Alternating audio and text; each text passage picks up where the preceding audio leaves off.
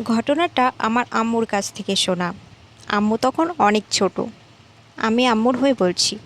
আমাদের বাড়ির বর্ণনাটা একটু দেই। বাড়ির পাশে ছিল একটা ঘন জঙ্গল। তার পাশে ছিল মাঠ, পুকুর ইত্যাদি। জঙ্গলের ভিতরে ছিল একটা শিমুল গাছ। জঙ্গল থেকে দূরে আরও দুটি বড় শিমুল গাছ ছিল।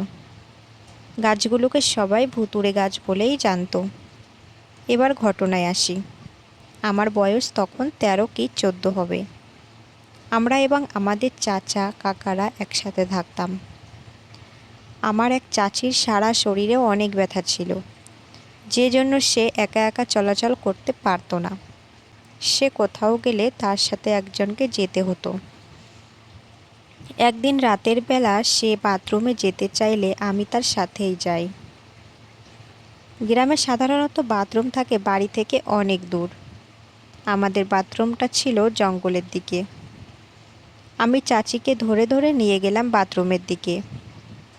সে যখন বাথরুমের কাছাকাছি গেল, তখন যেটা হলো সেটা আমি এখনও বিশ্বাস করতে পারি না। সে আমাকে ধাক্কা মেরে ফেলে দিয়ে জঙ্গলের দিকে দৌড় দিল। আমি ভয় পেয়ে গেলাম। ভাবলাম এটা কিভাবে সম্ভব? যে একা কিছু করতে পারে না সে কিভাবে আমাকে ধাক্কা মেরে দৌড় দিল? আমি গিয়ে সবাইকে বিষয়টা বললাম। সবাই জঙ্গলের দিকে খুঁজতে চলে গেল। সাথে আমিও গেলাম। সে সময় টর্চ লাইট ছিল না।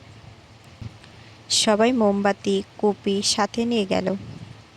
খুঁজতে খুঁজতে সবাই একসময় জঙ্গলের ভিতরে শিমুল গাছটার কাছে গেল। গিয়ে দেখলো চাচি গাছটার গোড়ায় অজ্ঞান হয়ে পড়ে আছে। সবাই তাকে কাঁধে করে বাড়ি নিয়ে গেল। জ্ঞান ফেরার পরও সে ঘটনা সম্পর্কে কিছু বলতে পারল না। পরে একটা কবিরাজ আনা হলো।